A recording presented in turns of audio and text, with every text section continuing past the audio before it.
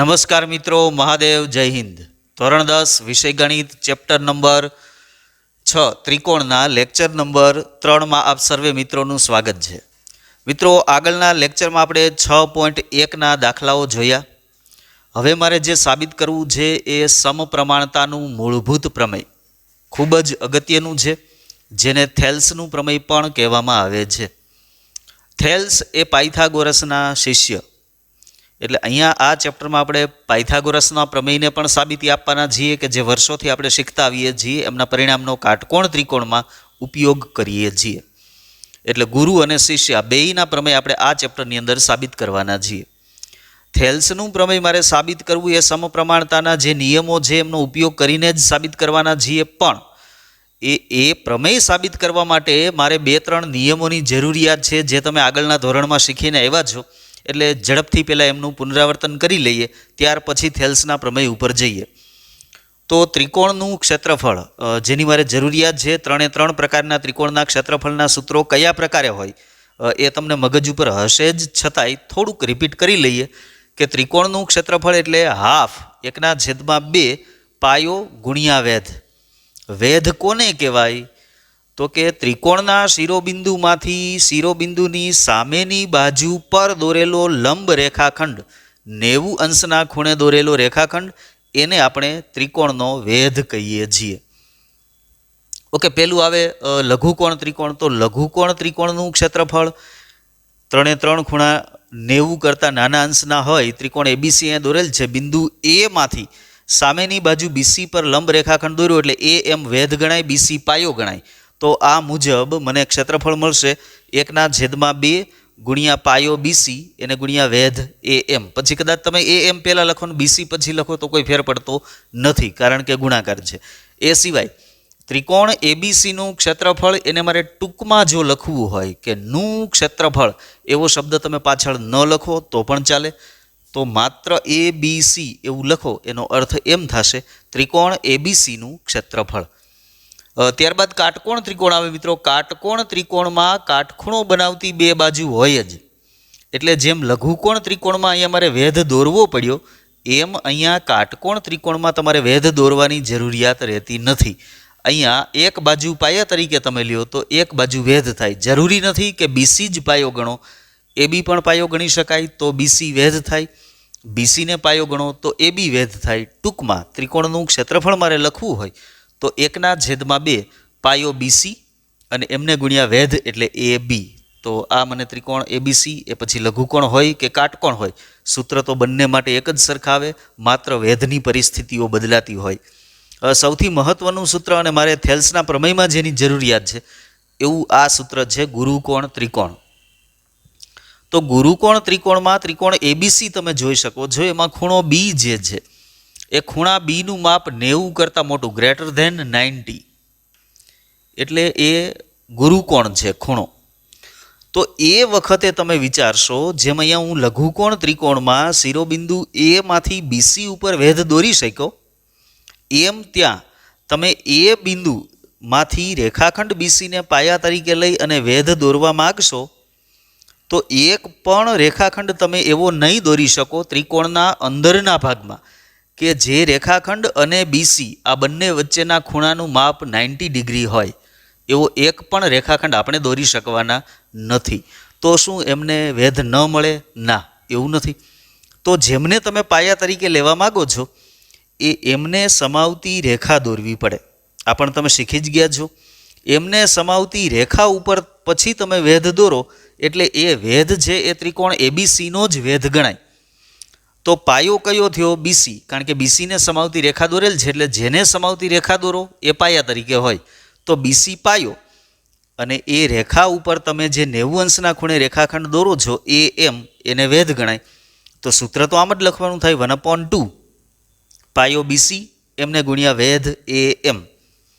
અહીંયા એ એમ આવશે.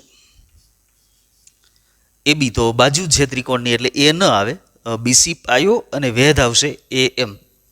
3 ટૂંકમાં 3 ત્રિકોણ માટે સૂત્ર તો એકનું એક જ થાય, પરંતુ બદલે કઈ પરિસ્થિતિ? તો દરેક વખતે વેધ છે એ વેધનું સ્થાન બદલતું રહે, એના લીધે આપણને સમજવામાં થોડીક મુશ્કેલી ઊભી થઈ શકે.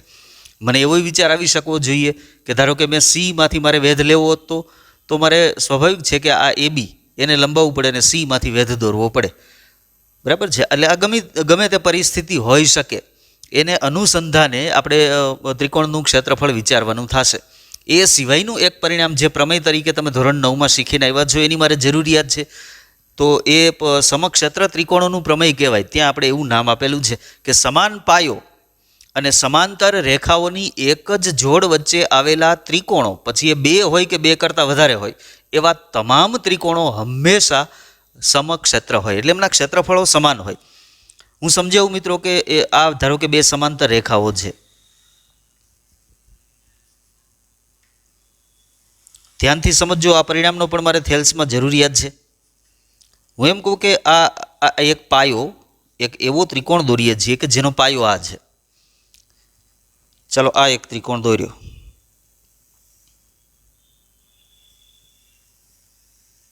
એ ત્રિકોણને મેં નામ આપી દીધું ABC. પછી એ લઘુકોણ છે, ગુરુકોણ છે, એના ઉપર કાંઈ ફેર પડતો નથી આપણને. આ બીજો ત્રિકોણ દોર્યો.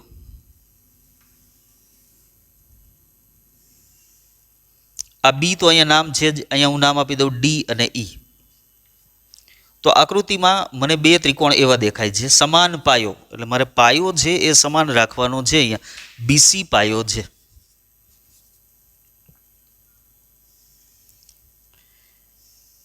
ઓકે, અહીંયા આકૃતિમાં આપણને 2 ત્રિકોણ દેખાય છે. કયા 2 ત્રિકોણ? તો કે ત્રિકોણ ABC કે જેના પાયા તરીકે અહીંયા BC છે, અને આ બીજો ત્રિકોણ એટલે ત્રિકોણ BCD જેના પાયા તરીકે પણ BC છે. એટલે આપણે લખ્યું ને કે સમાન પાયો, એટલે પાયો એકનો એક છે BC, અને સમાંતર રેખાઓની એક જોડ વચ્ચે આવેલા 2 ત્રિકોણો છે. આ બંને ત્રિકોણોના ક્ષેત્રફળ સમાન હોય. આ સૂત્ર મુજબ આપણે વિચારીએ કે 1/2 પાયો ગુણ્યા વેધ, તો ત્રિકોણ ABCમાં પાયો BC હોય અને આ ગુરુકોણ હોય, તો આ મુજબ મારે A માંથી વેધ દોરવું હોય તેને સમાવતી રેખા ઉપર વેધ આવશે. એટલે આને જો હું AM નામ આપી દઉં અને આ ત્રિકોણ BCD માટે વાત કરું તો આ C ખૂણો પણ ગુરુકોણ છે. એટલે અહીંયાથી જો વાત કરશું આપણે તો આ પણ કાટખૂણો છે, એટલે આ અહીંયા N નામ આપી દીધું ધારો કે. તો હવે બંને ત્રિકોણના ક્ષેત્રફળના સૂત્ર જ્યારે લખશું આપણે, તો ત્રિકોણ ABCનું ક્ષેત્રફળ આપણને મળે 1/2 અને એને ગુણ્યા પાયો BC. એ વખતે વેધ કયો છે? તો કે વેધ AM. અને એ જ રીતે આ બાજુએ ત્રિકોણ BCDનું ક્ષેત્રફળ જ્યારે લખતા હોઈએ આપણે, ત્યારે 1/2 પાયો તો BC જ છે બંનેનો, બદલે છે માત્ર વેધ. વેધ કયો છે અહીંયા? તો કે DN. હવે AM આ બંનેમાં તમે જુઓ તો જમણી બાજુએ અલગ શું છે? તો સમાન, તો કે 1/2 અને BC એટલું તો સમાન છે, બદલે છે માત્ર AM અને DN. હવે આકૃતિમાં તમે જુઓ તો AM અને DN એમના માપ સમાન હોય ખરા? તો કે હા. શા માટે? તો કે બંને રેખાઓ સમાંતર છે, તો બંને રેખાઓ વચ્ચે અહીંયા જેટલું અંતર હોય એટલું જ અહીંયા હોય ને એટલું જ ગમે ત્યાં તમે માપશો, સમાન જ હોય તો જ સમાંતર કહેવાય.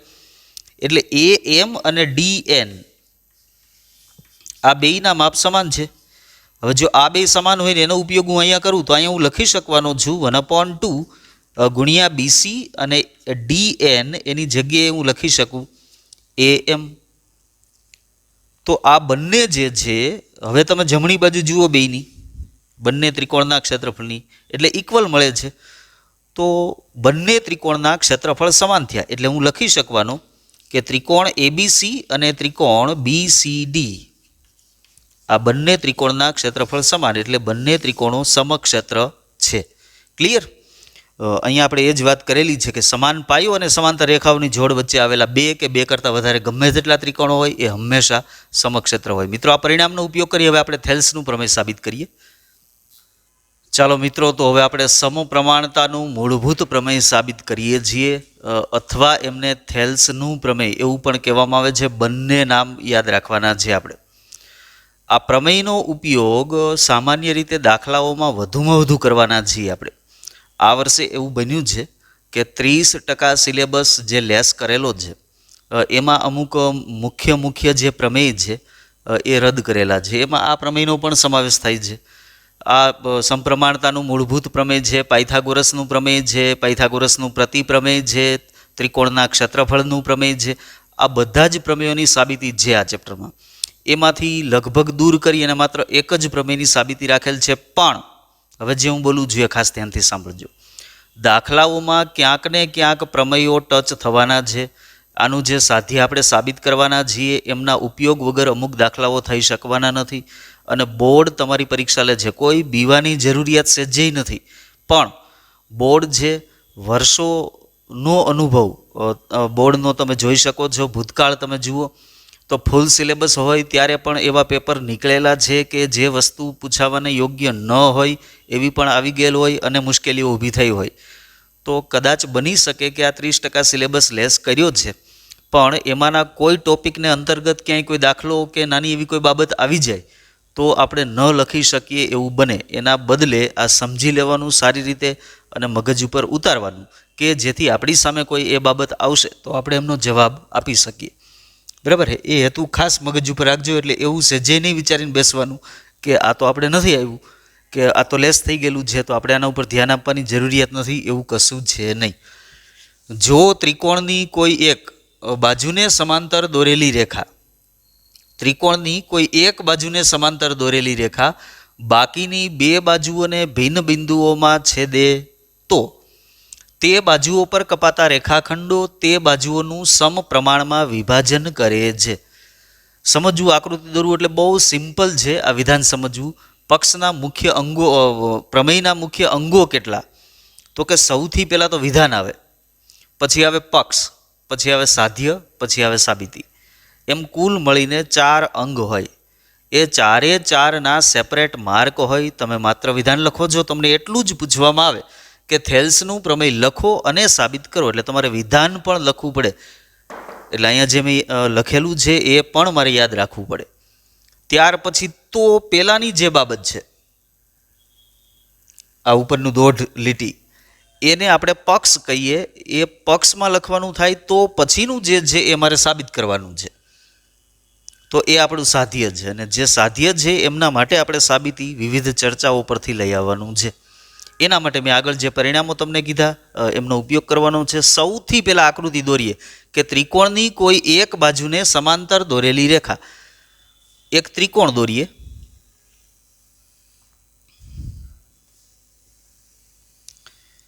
લઘુકોણ કોઈ પણ પ્રકારનો ત્રિકોણ દોરી શકો. જરૂરી નથી કે અહીંયા મેં દોર્યો એ જ પ્રકારે ત્રિકોણ તમારે દોરવાનો થાય. ધારો કે આ ત્રિકોણ એબીસી, ત્રિકોણ એબીસીમાં બીસી રેખાખંડને સમાંતર હોય એવી એક રેખા હું દોરું છું કે જે બાકીની બે બાજુઓ એબી અને એસી એમને બે ભિન્ન બિંદુઓમાં છેદે. પણ બીસીને સમાંતર હોવી જોઈએ એ ખાસ યાદ રાખવાનું છે. અહીંયા મને પક્ષમાં કીધેલું છે. આ બે બિંદુઓ છે, એ બે બિંદુઓને હું નામ આપી દઉં ડી અને ઈ. એટલે કે રેખાખંડ બીસીને સમાંતર દોરેલી રેખા રેખાખંડ એબી અને એસીને અનુક્રમે ડી અને ઈ બિંદુમાં છેદે, એ આપણું પક્ષ થયું. તો જો આવી પરિસ્થિતિ હોય, એક બાજુને સમાંતર દોરેલી રેખા બાકીની બે બાજુને બે ભિન્ન બિંદુમાં છેદે, તો બાજુઓ પર કપાતા રેખાખંડો એબી ઉપર બે રેખાખંડ બને, એડી અને બીડી. એ જ રીતે એસીના પણ બે ટુકડા થાય, બે રેખાખંડ બને, એઈ અને ઈસી. રેખાખંડો તે બાજુઓનું સમપ્રમાણમાં વિભાજન કરે. આ સમપ્રમાણમાં વિભાજન કરે છે એવું મારે દર્શાવવું. એટલે પ્રમાણમાં છે એવું ક્યારે કહેવાય? તો મેં ગુણોત્તર અને પ્રમાણના નિયમો શીખવ્યા ત્યારે શરૂઆતમાં જ મેં તમને કીધેલું કે A/B = C/D. બે ગુણોત્તરો સમાન હોય તો એમાં આવતી જે 4 રાશિઓ છે એ ચારે ચાર પ્રમાણમાં છે એવું કહેવાય. જો આ ચારે ચાર ટુકડા આ રેખાખંડો પ્રમાણમાં હોય તો એનો અર્થ એમ થાય, અને આમ લખી શકાય કે AD/BD = AE/EC. ક્લિયર? તો પેલા પક્ષ અને પછી સાધ્ય લખીએ, ત્યારબાદ સાબિતી. પક્ષમાં આવશે ત્રિકોણ એબીસી ની બાજુ રેખાખંડ બીસી ને સમાંતર દોરેલી રેખા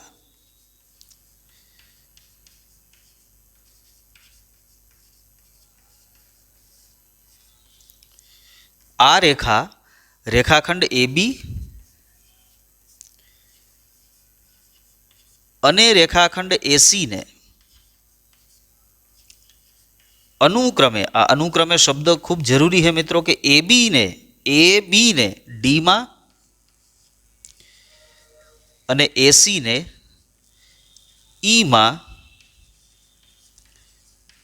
છેદે છે. આટલું આપણને આપેલું હતું એ પક્ષ થયું. સાધ્ય લખીએ.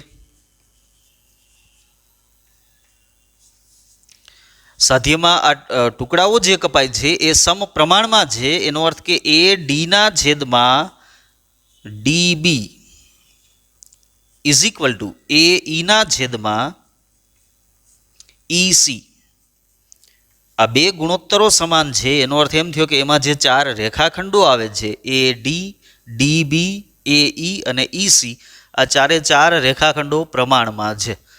સાબિત કરવા માટે હવે બહુ મહત્વનું વિધાન કે જે કંઈ સમજણ કયો એ હવે ચાલુ થાય. અહીંયા સુધી તો જે આપેલું હતું એનું વર્ણન કર્યું છે આપણે. હવે સમજો કે અહીંયા જે મને ચાર રેખાખંડો દેખાય છે એ ડી. હવે એ ડી એટલે કયા ત્રિકોણની એક બાજુ તરીકે છે? તો કે ત્રિકોણ એ ડી ઈ. બીજું ડીબી. તો ડીબી રેખાખંડ એ આકૃતિમાં કોઈ ત્રિકોણની બાજુ નથી. એ જ રીતે અહીંયા સામે એ ઈ. તો એ ઈ જે છે એ ત્રિકોણ એ ડી ઈની એક બાજુ છે. છેદમાં તમે જુઓ ઈસી.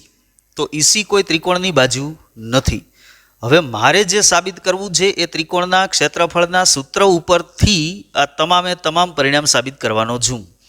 તો ત્રિકોણના ક્ષેત્રફળ માટે મારે પાયા અને વેધની જરૂરિયાત ઊભી થાય. એટલે અહીંયા જે ચાર ટુકડા દેખાય છે આ ચારે ચાર ટુકડાઓ એ ત્રિકોણને કોઈ પણ ત્રિકોણના પાયા તરીકે લઈ અને મારે એના વેધની જરૂરિયાત છે. પહેલાં તો પાયા તરીકે લેવા માટે મારે એ ત્રિકોણની બાજુ તરીકે છે કે નહીં એ ચેક કરવાનું થાય. જો ન હોય તો આકૃતિમાં કોઈ રેખાખંડની જરૂરિયાત ઊભી થાય એમ હોય તો એ રેખાખંડ પહેલાં દોરીએ. એ ડી એ ત્રિકોણ એ ડી ઈની એક બાજુ તો છે જ, એટલે ત્યાં કોઈ પ્રશ્ન નથી નડતો આપણને. આ બાજુએ એ ઈ પણ ત્રિકોણ એ ડી ઈની એક બાજુ છે. પરંતુ અહીંયા છેદના જે બે રેખાખંડ છે ડીબી, તો ડીબી એ ત્રિકોણની કોઈ બાજુ નથી. એટલે હું એક રેખાખંડ દોરું છું. એ રેખાખંડ દોરું છું બીઈ. જો બીઈ રેખાખંડ દોર્યો એટલે હવે પરિસ્થિતિ શું થઈ કે આકૃતિમાં એક ત્રિકોણ મને દેખાય. એ ત્રિકોણ છે ત્રિકોણ બી ડી ઈ. હવે આ ત્રિકોણની બાજુ તરીકે ડીબી હોય. એ જ પ્રમાણે ઈસી રેખાખંડ. તો ઈસી રેખાખંડ પણ કોઈ ત્રિકોણની બાજુ તરીકે અત્યાર સુધી નથી, પણ આપણી જરૂરિયાત જે છે એ મુજબ હું સી ડી રેખાખંડ દોરું છું. આ સી ડી રેખાખંડ દોર્યો એટલે આપણને ત્રિકોણ ડીઈસી અથવા તો સીઈડી ત્રિકોણની એક બાજુ તરીકે ઈસી મળે છે. હવે એ ડીને જો હું પાયા તરીકે લઉં ત્રિકોણ એ ડીઈમાં, એ ડીને પાયા તરીકે લઉં તો એની સામેના શિરોબિંદુમાંથી વેધ હોવો જોઈએ, તો જ તમે ત્રિકોણના ક્ષેત્રફળનું સૂત્ર લખી શકવાના છો.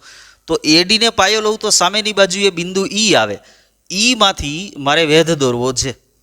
આ ઈમાંથી બરાબર 90 અંશના ખૂણે હું એ ડી રેખાખંડ ઉપર વેધ દોરું છું. આ બિંદુને આપણે નામ આપી દઈએ ધારો કે એમ. આ બાજુએ એ ઈ, આ એ ઈ જેનો પાયો છે એ ત્રિકોણ તો એ ડી ઈ જ છે. તો એ ઈની સામેનું બિંદુ કયું? તો કે ડી. ડીમાંથી એ ઈ પર વેધ દોરવાનો થાય. અહીંયાથી વેધ દોરીએ. આ બરાબર 90 અંશનો ખૂણો દેખાય એ કાળજી રાખવાની. આડેધડ દોરવાનું નથી, આમ ગમે ત્યાં નથી દોરવાનું. 90 અંશનો ખૂણો બનવો જોઈએ. ઓકે, આ એ ડી અને એ ઈ જેના વેધ છે એના પાયા છે એના વેધ પણ આપણે દોર્યા. ઈ એમ અને ડી એન. ક્લિયર? હવે નીચે છેદના જે બે રેખાખંડ છે ડીબી, તો આ એ કયા ત્રિકોણની બાજુ છે? બી ડી ઈ ત્રિકોણ. હવે ધ્યાનથી સમજજો મિત્રો, અહીંયા સમજવા જેવું છે. ડીબીઈ એટલે આ ગુરુ કોણ છે? સ્વાભાવિક છે કે મારે ડીબી આ પાયા ઉપર વેધ દોરવો હોય તો એની સામેનું શિરોબિંદુ આ બાજુ ડીબી, એની સામેનું શિરોબિંદુ ઈ. તો ઈમાંથી તમે વેધ દોરી શકવાના નથી, કારણ કે 90 અંશના ખૂણે તમે રેખાખંડ ન દોરી શકો. મેં આગળની જ આકૃતિ અહીંયા ગુરુકોણ ત્રિકોણ માટે સમજાવી, ત્યાં એ વાત ક્લિયર કરેલી છે. તો શું કરવું? તો પાયા તરીકે જ્યારે તમારે બી ડી કે ડી બી લેવું હોય ત્યારે સામેના શિરોબિંદુમાંથી આને સમાવતી રેખા ઉપર વેધ લેવાનો થાય. તો એમને સમાવતી રેખા એટલે કઈ? તો કે રેખા એ બી. તો ઈમાંથી રેખા એ બી ઉપર તો વેધ લીધેલો જ છે, આપણે તૈયાર છે.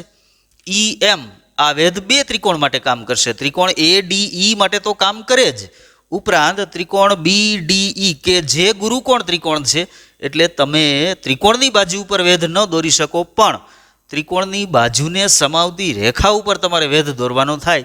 અને ઈ વેધ એટલે કયો? તો કે ઈ એમ.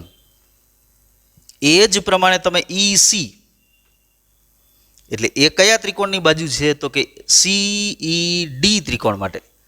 તો ફરીવાર અહીંયા ગુરુકોણ છે, એટલે તમે ડીમાંથી ઈસી ઉપર વેધ દોરી શકવાના નથી. તો ઈસીને સમાવતી હોય એવી રેખા એસી ઉપર તમારે વેધ દોરવો પડે. તો એસી ઉપર ડી બિંદુમાંથી વેધ દોરવો પડે. તો એ વેધ આપણે દોરેલો જ છે, વેધનું નામ છે ડીએન. એટલે આ વેધ પણ બે ત્રિકોણ માટે, બે પાયા માટે વેધનું કામ કરશે. ફરીવાર આ બંને વેધ એ આ નીચેના ત્રિકોણ માટે શા માટે લાગુ પડ્યા? કારણ કે એ નીચેના જે બે ત્રિકોણ છે કે જેની બાજુઓ આ છે, એ ગુરુકોણ ત્રિકોણ છે. અને ગુરુકોણ ત્રિકોણ છે એટલા માટે બાજુ પર નહીં, પણ બાજુને સમાવતી રેખા ઉપર વેધ દોરવાના થાય. આટલું ક્લિયર? હવે હું આ ચારે ચાર સૂત્રો ત્રિકોણના ક્ષેત્રફળના લખું એ પહેલાં આ કોઈ વેધ જે દોર્યા એ આપણને આપેલા નહોતા, એ આપણે દોરેલા છે. એટલે સાબિતીમાં સૌથી પહેલો ઉલ્લેખ એનો કરવો પડે. તો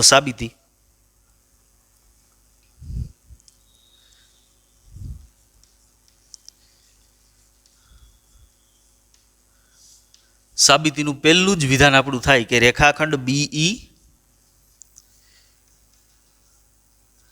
રેખાખંડ સીડી, ઉપરાંત અહીંયા લંબ દોરેલા છે રેખાખંડ એ એમ, એ ડી, લંબ રેખાખંડ ઈ એમ. અહીંયા કદાચ એડી ન લખ્યું હોય ને એ બી લખ્યું હોય તો એમને પણ લંબ છે જ. રેખાખંડ એ ઈ, એમને લંબ રેખાખંડ દોરેલો છે ડી એન. આ ચાર રેખાખંડો આપણે દોર્યા છે. હવે ચારે ચાર જે આ બાજુ તરીકે છે એવા ત્રિકોણના ક્ષેત્રફળના સૂત્રો લખવા છે. સૌથી પહેલાં એ ડી જેની બાજુ આવતી હોય એવો ત્રિકોણ એ ડી ઈ. એટલે હું એ ડી ઈ માત્ર લખું તો આપણે એવું સમજીએ કે એ ડી ઈ ત્રિકોણનું ક્ષેત્રફળ ઇઝ ઇક્વલ ટુ 1/2 પાયો ગુણ્યા વેધ. પાયો કયો છે? તો કે એ ડી. અને એની સામેનું શિરોબિંદુ ઈ માંથી વેધ કયો છે? તો કે ઈ એમ. એ ડી ગુણ્યા ઈ એમ.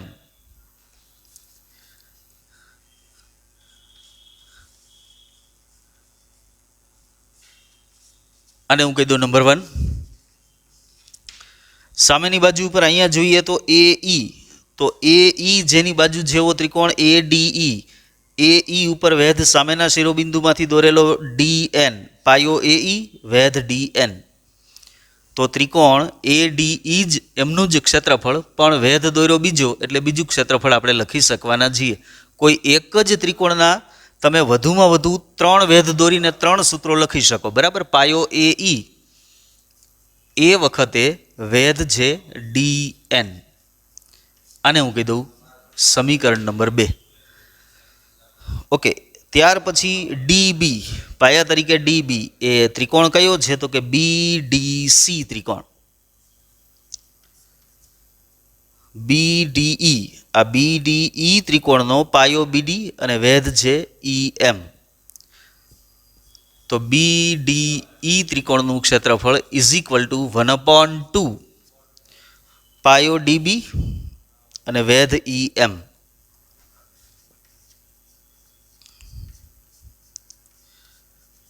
આને કહીએ સમીકરણ નંબર 3. ચોથું સૂત્ર ઈસી, જેના પાયા તરીકે ઈસી હોય એવો ત્રિકોણ કયો? તો કે સી ઈ ડી. પાયો ઈસી અને ડી માંથી વેધ દોરેલો છે ડી એન. તો ત્રિકોણ સી ઈ ડી નું ક્ષેત્રફળ 1/2 અહીંયા પાયો ઈસી અને વેધ છે ડી એન. અને કહીએ સમીકરણ નંબર 4.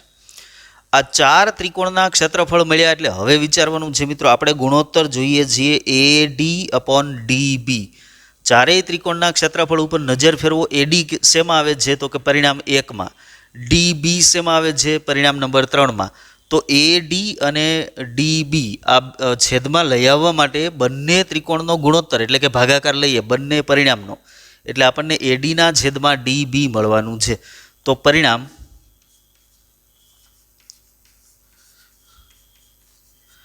1 અને 3 પરથી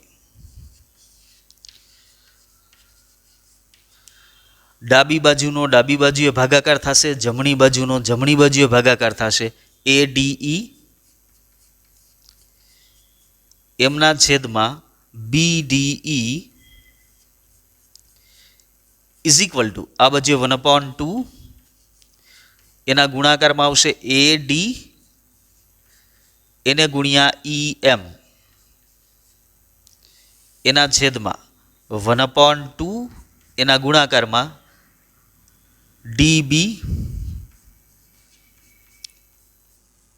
ઇન્ટુ EM.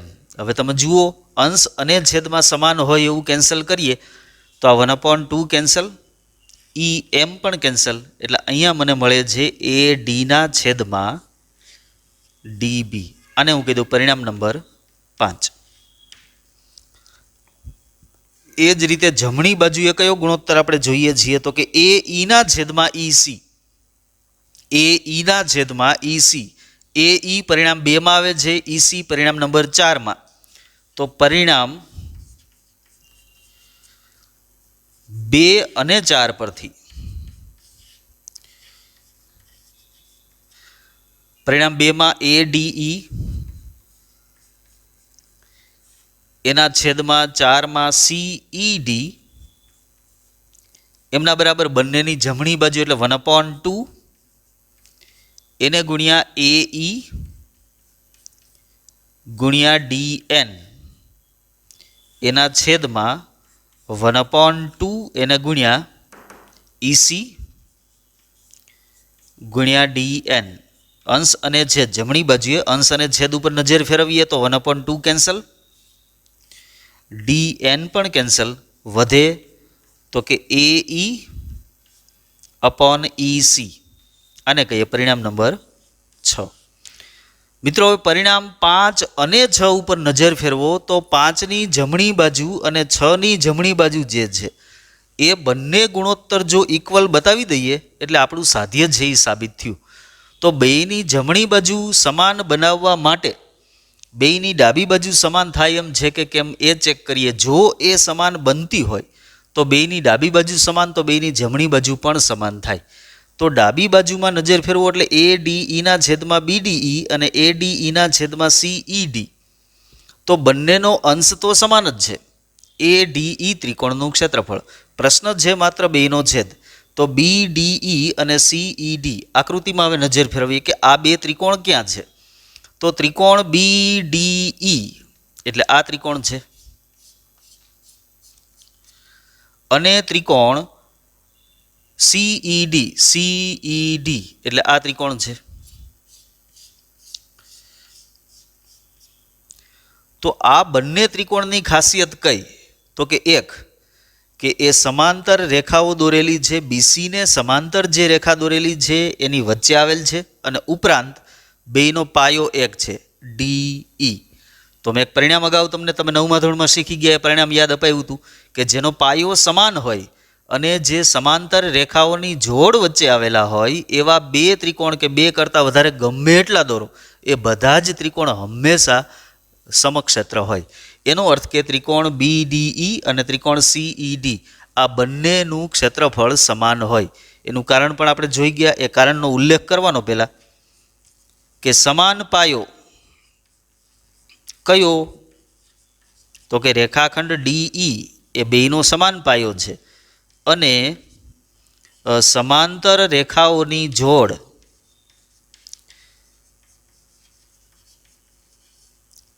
એ જોડ કઈ? તો સમાંતર રેખાઓની જોડ રેખા DE અને રેખા બીસી વચ્ચે આવેલા ત્રિકોણો કયા બે ત્રિકોણ? તો કે ત્રિકોણ BDE અને ત્રિકોણ CED છે. આ બંને ત્રિકોણો સમાન પાયો અને સમાંતર રેખાની એક જ જોડ વચ્ચે આવેલા ત્રિકોણો છે, એટલે કે એ સમક્ષેત્ર હોય. ધેરફોર BDE નું ક્ષેત્રફળ અને CED નું ક્ષેત્રફળ આ બંનેના ક્ષેત્રફળ સમાન થાય. આને હું કહી દઉં પરિણામ નંબર 7. તો હવે મિત્રો પરિણામ નંબર 5, 6 અને 7 ઉપર જો નજર ફેરવીએ, ત્રણેયનો એક સાથે વિચાર કરીએ, તો ADE ના છેદમાં BDE અને ADE ના છેદમાં CED બેયનો અંશેય સમાન અને બેયનો છેદ પણ સમાન, જે હું પરિણામ 7 ઉપરથી કહી શકું. તો 5, 6 અને 7 પરથી એવું કહી શકીએ કે આ બંને ઇક્વલ છે, એટલે કે બેયની ડાબી બાજુ ઇક્વલ છે, એટલે કે બેયની જમણી બાજુ પણ ઇક્વલ થાય. તો આપણે છેલ્લે અહીંયા લખવું પડશે કે પરિણામ 5, 6 અને 7 પરથી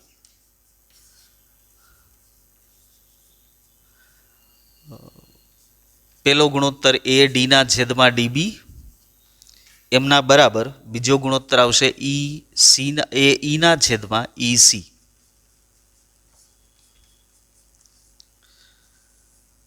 આ પરિણામ આપણા માટે અતિશય મહત્વનું છે મિત્રો. દાખલાઓમાં ભરપૂર ઉપયોગ કરવાના છીએ આપણે. આ થેલ્સનું પ્રમેય થયું, એનું સાધ્ય છે મિત્રો. આકૃતિ પરથી આપણે એટલું સમજવાનું રહે કે નામકરણ તો બદલાયા કરે, ત્રિકોણનું નામ બદલાશે, ત્રિકોણની બાજુઓને કયા બિંદુઓમાં છેદે એ પણ બદલાતું રહેશે, પણ ટૂંકમાં યાદ રાખવાનું કે બંને બાજુ પર જે રેખાખંડો કપાય છે એ રેખાખંડો સમપ્રમાણમાં હોય. AD ના છેદમાં DB, AE ના છેદમાં EC. તો મિત્રો પ્રમેય 2 વાર વ્યવસ્થિત રીતે લખી સમજી પહેલાં સમજવાનો પ્રયાસ કરજો, પછી મોઢે લખવાનો પ્રયાસ કરજો, તો જ આ વસ્તુ યાદ રહેવાની છે આપણને. વ્યવસ્થિત રીતે તૈયાર કરજો. પરિણામ ગમે તે પ્રકારનો ત્રિકોણ આવે આપણે લખી શકતા હોવા જોઈએ. આ લેક્ચરનું કામ અહીંયા સુધી રાખીએ છીએ. અસ્તુ. ઓમ સાઈનાથ.